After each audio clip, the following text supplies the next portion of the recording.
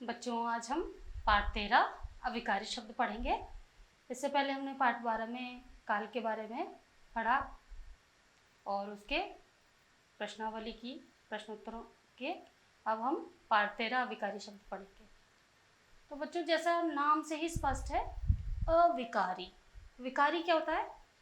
कोई भी जो विकार होता है, परिवर्तन, विकार को कहते हैं परिवर्तन। जिन शब्दों में कोई परिवर्तन नहीं होता, जब उनका हम प्रयोग करते हैं तो उनमें कोई भी परिवर्तन नहीं होता, उन्हें अविकारी शब्द कहते हैं। कि जब ये वाक्य में प्रयुक्त किए जाते हैं तो इनमें कोई भी शब्दों के रूप में कोई परिवर्तन नहीं आता है। अब जैसे आप देखो, क्रिया में जा रहा हूँ, वह जा रहा है, इनमें बदलाव आ जाते हैं, पर अविकारी शब्दों में कोई भी बदलाव नहीं आते, उन्हें अविकारी शब्द कहते हैं। जैसे देखिए, ये अ और विकारी, अ और विकारी।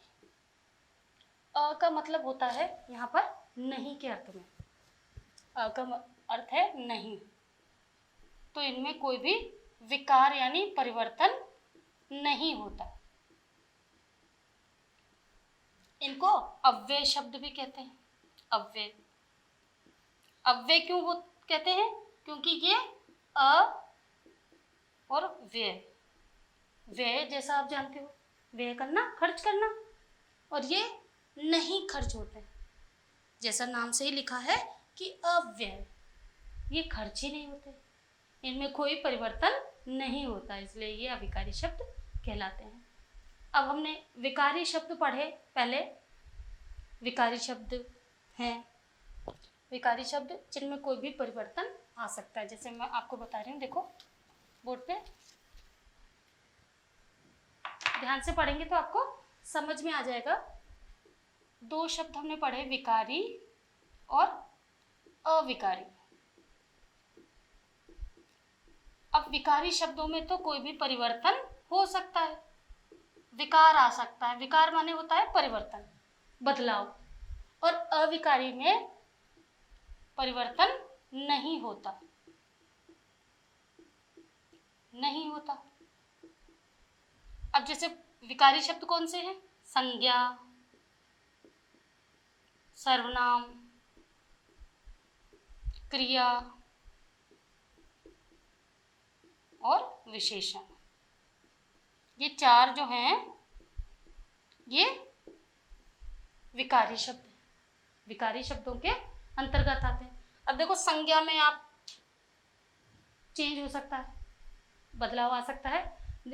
मान लो आप व्यक्तिवाचक संज्ञा है तो जातिवाचक में परिवर्तन हो सकता है, जातिवाचक का समूहवाचक में हो सकता है, या जातिवाचक का व्यक्तिवाचक में परिवर्तन हो सकता है। भाववाचक संज्ञा आ सकती है, संज्ञाएं तो बदल सकती है। मान लो कि संज्ञा कोई लड़का है तो वो लड़की हो सकती है, बदल जाएगा। लड़का जा रहा है तो संज्ञा है, लड़की जा रही तो भी संज्ञा है, तो संज्ञाओं में परिवर्तन हो सकता है। ऐसे ही सर्वनाम में वह जा रहा है, वह जा रही है, स्त्रीलिंग पुल्लिंग में बदलाव हो सकता है। ऐसे ही क्रिया में भी जा रहा है, अगर पुल्लिंग है तो जा रहा है और स्त्रीलिंग है तो जा रही है, ठीक है। ऐसे क्रिया में परिवर्तन हो सकता है। विशेषण में भी परिवर्तन हो सकता है, विशेषण में भी परिवर्तन हो सकता है। विशेषता हम किसी भी तरह से बता सकते हैं। पर जो अविकारी शब्द हैं वो हैं क्रिया विशेषण, क्रिया विशेषण, संबंध बोधक, संबंध बोधक, समुच्चय बोधक,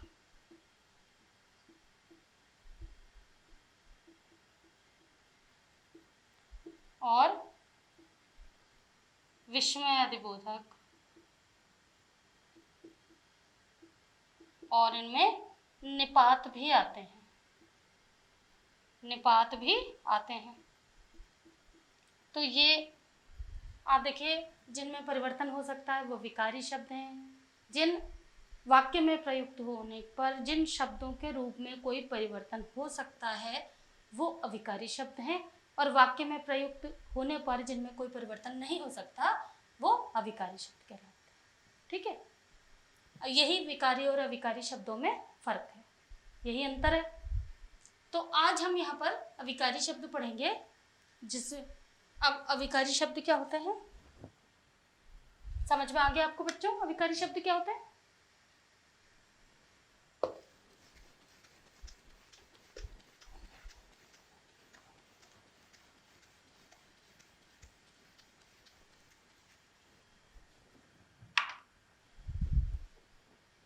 अविकारी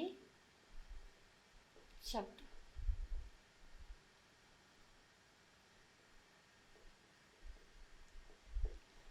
अब अविकारी शब्द के बारे में मैं लिख रही हूँ कि वाक्य में प्रयुक्त करने पर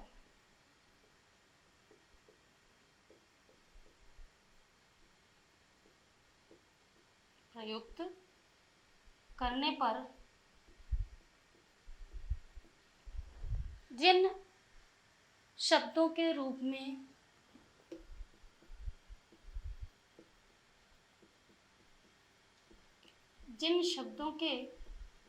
में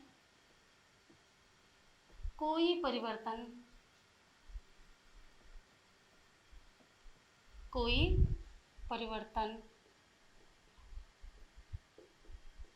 नहीं होता,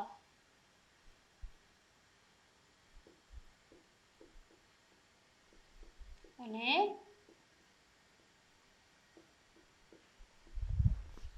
जब वाक्य में प्रयुक्त किए जाते हैं जैसे शब्द जो उनके रूप में कोई भी परिवर्तन, कहने का मतलब है जैसे मान लो आप संबंध बोधक है तो मोहन का भाई, या घर के आगे तो मोहन का भाई है तो मोहन का भाई है, संबंध उसका संबंध बोधक ही वही रहेगा, कोई भी परिवर्तन उसमें नहीं हो सकता, उन्हें अविकारी शब्द कहते हैं।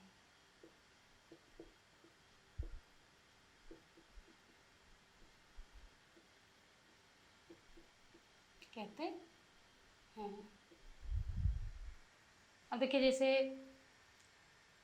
अविकारी शब्दों के भेद मैंने बताया आपको, अविकारी शब्द 5 होते हैं। अविकारी शब्द के 5 भेद होते हैं।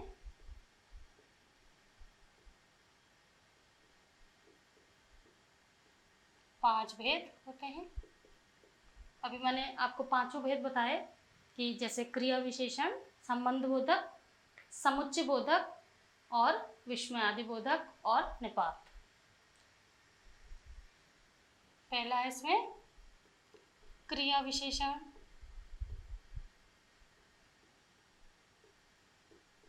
विशेषण, दूसरा संबंध बोधक,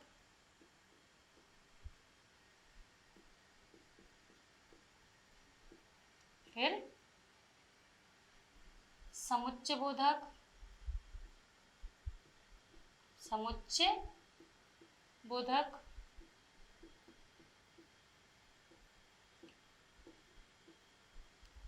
चौथा है विस्मयादि बोधक,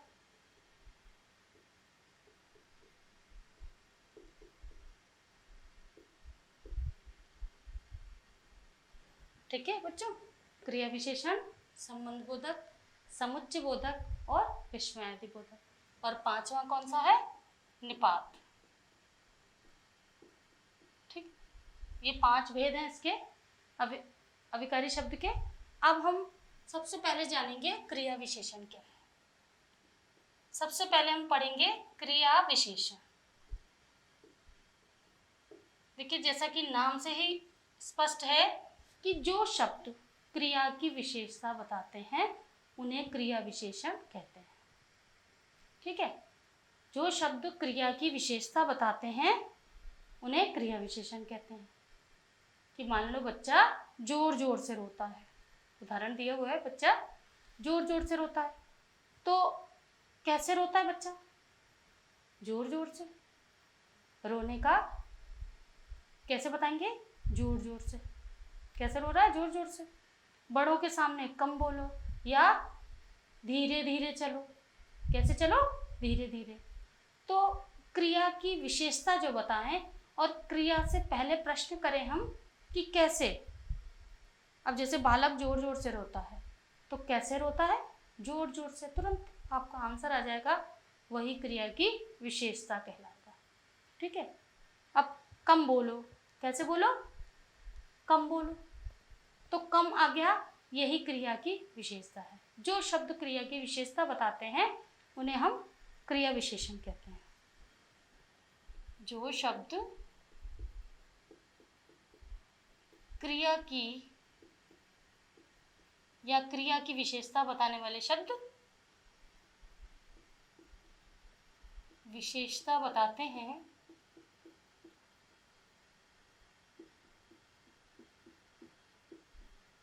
उन्हें क्रिया विशेषण कहते हैं।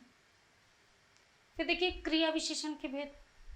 अब क्रिया विशेषण के आपके 8 भेद दिए हुए हैं। क्रिया विशेषण के 8 भेद दिए हुए हैं। पहला है आपका कालवाचक क्रिया विशेषण। अब कालवाचक क्रिया विशेषण में क्या है? जो आपको क्रिया की विशेषता किसके बारे में बताएगा? काल के बारे में, उसके समय के बारे में। क्रिया होने का समय क्या था, क्रिया किस समय हुई, ये आपको जानकारी देगा। तो कालवाचक क्रिया विशेषण काल संबंधित जानकारी देगा, जिससे किसी क्रिया के होने का समय पता चले, उसे कालवाचक क्रिया विशेषण कहते हैं। जैसे इसके पहला है कालवाचक क्रिया विशेषण।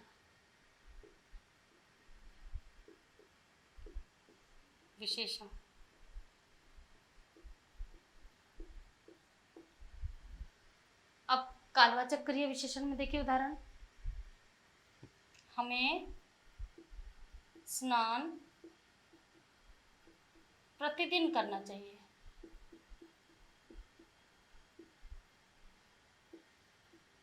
करना चाहिए। अब कब करना चाहिए? प्रतिदिन। तो क्रिया से पहले हम प्रश्न करेंगे काल के लिए कब। कब से प्रश्न करेंगे, कब करना चाहिए? प्रतिदिन। या हमें स्नान सुबह करना चाहिए या शाम को करना चाहिए। प्रतिदिन तो डेली तो हम लोग प्रतिदिन तो करते ही हैं स्नान। अब हमें स्नान सुबह करना चाहिए, शाम को करना चाहिए, दोपहर में। हमें सुबह नाश्ता करना चाहिए। कब करना चाहिए? सुबह। तो काल के बारे में आपको जानकारी पता चल रही है। ऐसे ही मैं कल के बाद में जाऊंगा। कब जाऊंगा? कल के बाद। तो यहाँ पर कल के बारे में, समय के बारे में पता चल रहा है, इसीलिए ये कालवाचक क्रिया विशेषण यहाँ पर है। दूसरा है आपका रीतिवाचक क्रिया विशेषण। अब रीतिवाचक, जैसे ही रीतिवाचक आता है तो क्रिया को करने का ढंग, क्रिया कौन से ढंग या तरीके से हुई।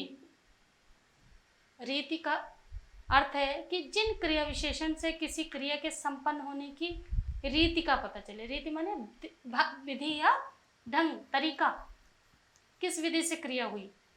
जैसे आप शीघ्र जाइए। कैसे जाइए? शीघ्र, जल्दी। घोड़ा तेज दौड़ता है। कैसे दौड़ता है? तेज। तो रीतिवाचक क्या है? किसी कार्य को करने का ढंग या तरीका या विधि। घोड़ा तेज दौड़ता है। अब दौड़ता कैसे?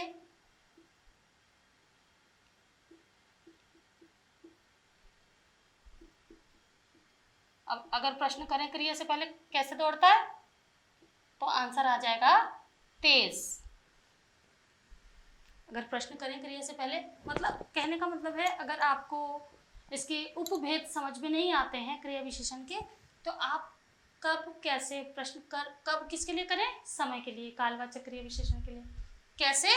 तो तुरंत आपको रीतिवाचक कब कैसे करें, कैसे घोड़ा कैसे दौड़ता है? तेज। तुरंत आपको उत्तर आ जाएगा। अब अगला है स्थानवाचक क्रिया विशेषण। अब स्थानवाचक क्रिया विशेषण में क्या है?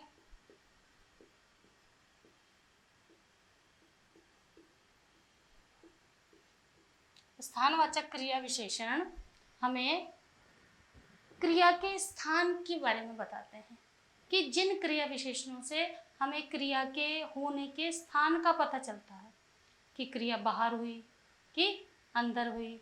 जैसे बिल्ली पलंग के नीचे बैठी है, तो कहाँ बैठी है?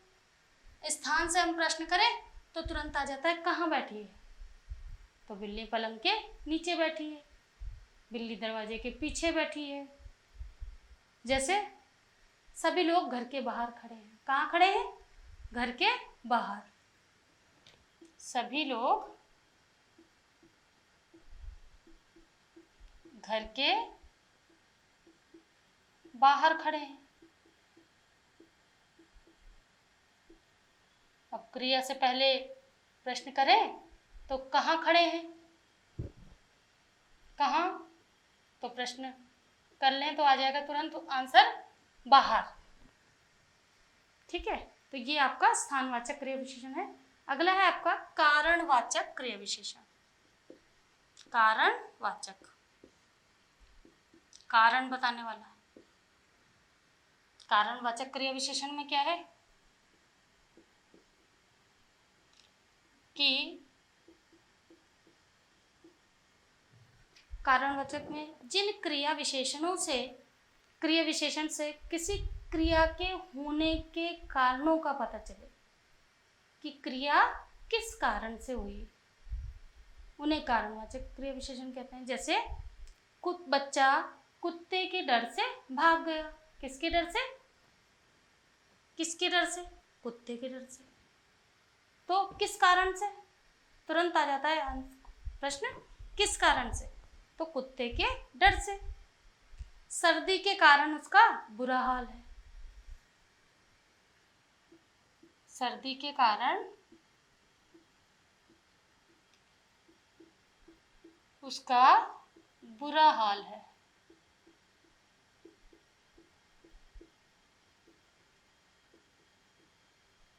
अब प्रश्न अगर करें किस कारण,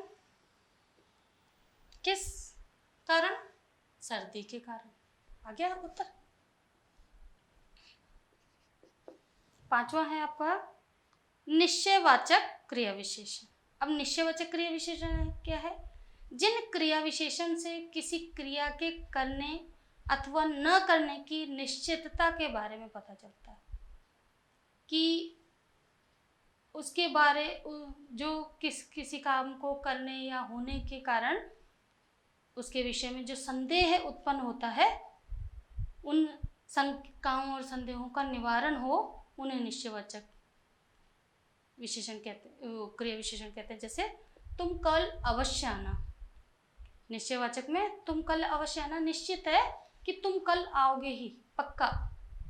अब ऐसे ही तुम अपनी बात निसंकोच कह सकते हो, कोई संकोच करने की आवश्यकता नहीं है। निश्चयवाचक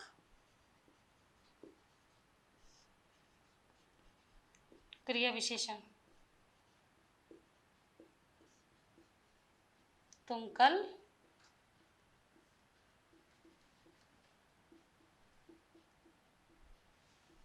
अवश्य आना।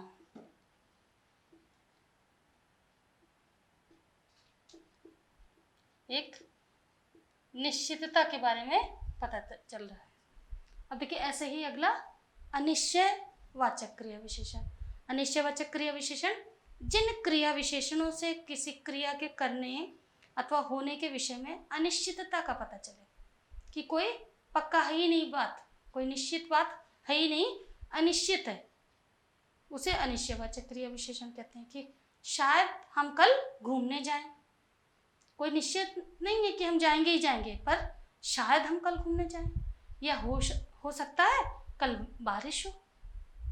भाई बारिश का मौसम है तो बारिश तो कभी भी हो सकती है, पर आज हमें पता चल रहा है कि सूरज निकला, इतनी तेज धूप निकल रही है, तो बारिश की संभावना ही नहीं है, शायद कल बारिश हो। तो ये यहाँ पर एक अनिश्चय की स्थिति रहती है। तो छठी है आपका अनिश्चय वाचक क्रिया विशेषण।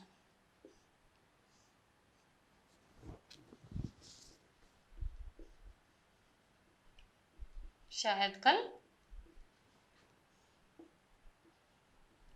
कल बारिश हो।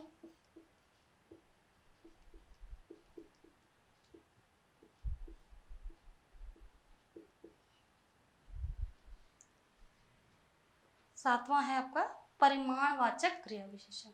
देखिए, जैसे ही परिमाणवाचक, जिन क्रिया विशेषणों से किसी क्रिया के परिमाण कहते हैं मात्रा या नाप तौल का, तो जिन क्रिया विशेषणों से किसी क्रिया के परिमाण या मात्रा का पता चले उन्हें परिमाणवाचक विशेषण कहते हैं। कि जैसे रामदीन बहुत खाता है, परिमाणवाचक क्रिया विशेषण।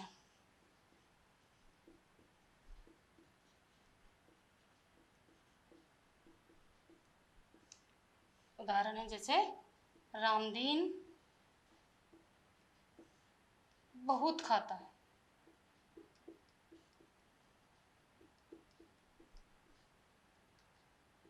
बहुत खाता है। अब देखिए, बहुत खाता है या कम खाता है, तो इसकी मात्रा का पता चल रहा है कि वो बहुत खाता है, या कम भी हो सकती है, थोड़ी सी भी हो सकती है, ज़्यादा भी हो सकती है। तो इनसे उसकी मात्रा का पता चल रहा है या परिमाण का पता चल रहा है। अब आठवां है निषेधवाचक क्रिया विशेषण। जिन विशेषणों से किसी क्रिया के करने अथवा होने के निषेध का पता चले। अब देखिए, निषेध क्या है? मना करने के अर्थ में, नहीं के अर्थ में निषेध, नहीं जाना मना होता है। जहाँ मना करने के अर्थ में ही निषेध का प्रयोग होता है। कि जैसे बच्चों आज बाहर मत जाना, मना कर दिया बाहर जाने के लिए, ये निषेधवाचक क्रिया विशेषण कहलाता है। निषेधवाचक क्रिया विशेषण।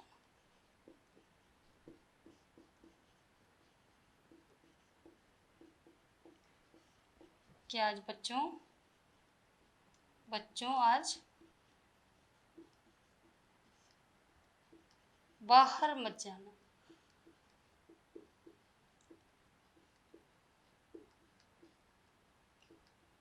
ये निषेधवाचक क्रिया विशेषण हो गए।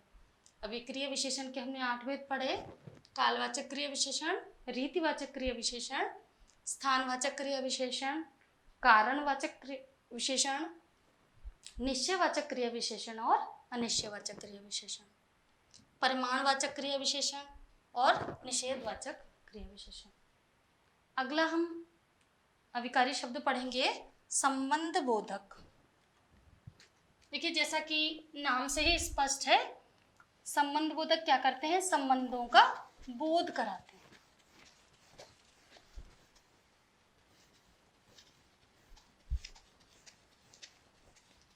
दूसरा है संबंध बोधक क्रिया विशेषण। संबंध बोधक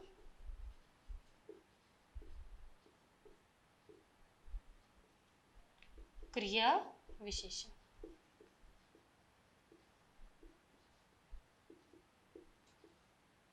अब संबंध बोधक क्रिया विशेषण जो हैं वो संबंधों का बोध कराते हैं। हमें पता चलता है कि उनका क्या संबंध है। अब वाक्य में जिन शब्दों द्वारा संज्ञा, सर्वनाम अथवा अन्य शब्दों से परस्पर संबंधों का पता चलता है कि अन्य शब्दों से उसका क्या परस्पर माने आपस में क्या संबंध है, उन्हें संबंध बोधक कहते हैं। जैसे देखिए, बाल्टी के साथ मग मिला है। बाल्टी के साथ मग, अब भाई खाली बाल्टी आपके अगर नहा रहे हो तो आप कैसे नहाओगे? तो बाल्टी के साथ मग जरूरी होता है, इसीलिए बाल्टी के साथ मग मिला है। राहुल के घर के निकट बाजार है। अब बाजार कहाँ है? घर के निकट, तो बाजार का संबंध राहुल के घर के निकट है संबंध आपस में। ऐसे ही जैसे बाल्टी का मग के साथ है, ऐसे ही अब इन उदाहरणों से ही हमें पता चल रहा है कि बाल्टी और मग का और के निकट घर और बाजार का परस्पर आपस में संबंध है, इसीलिए ये संबंध बोधक अव्यय हैं। इसी प्रकार इसमें आगे भी साथ, के साथ, के सहित, के दाएं, के बाएं, के लगा सकते हो, क्योंकि संबंध बोधक में काकी, के, रारी, रे आदि शब्द आते हैं। रहित, बाद, बिना, समेत, पर्यंत, निकट है, ऊपर, नीचे, बाहर, भीतर, जैसे मेरे घर के ऊपर, मेरे घर के ऊपर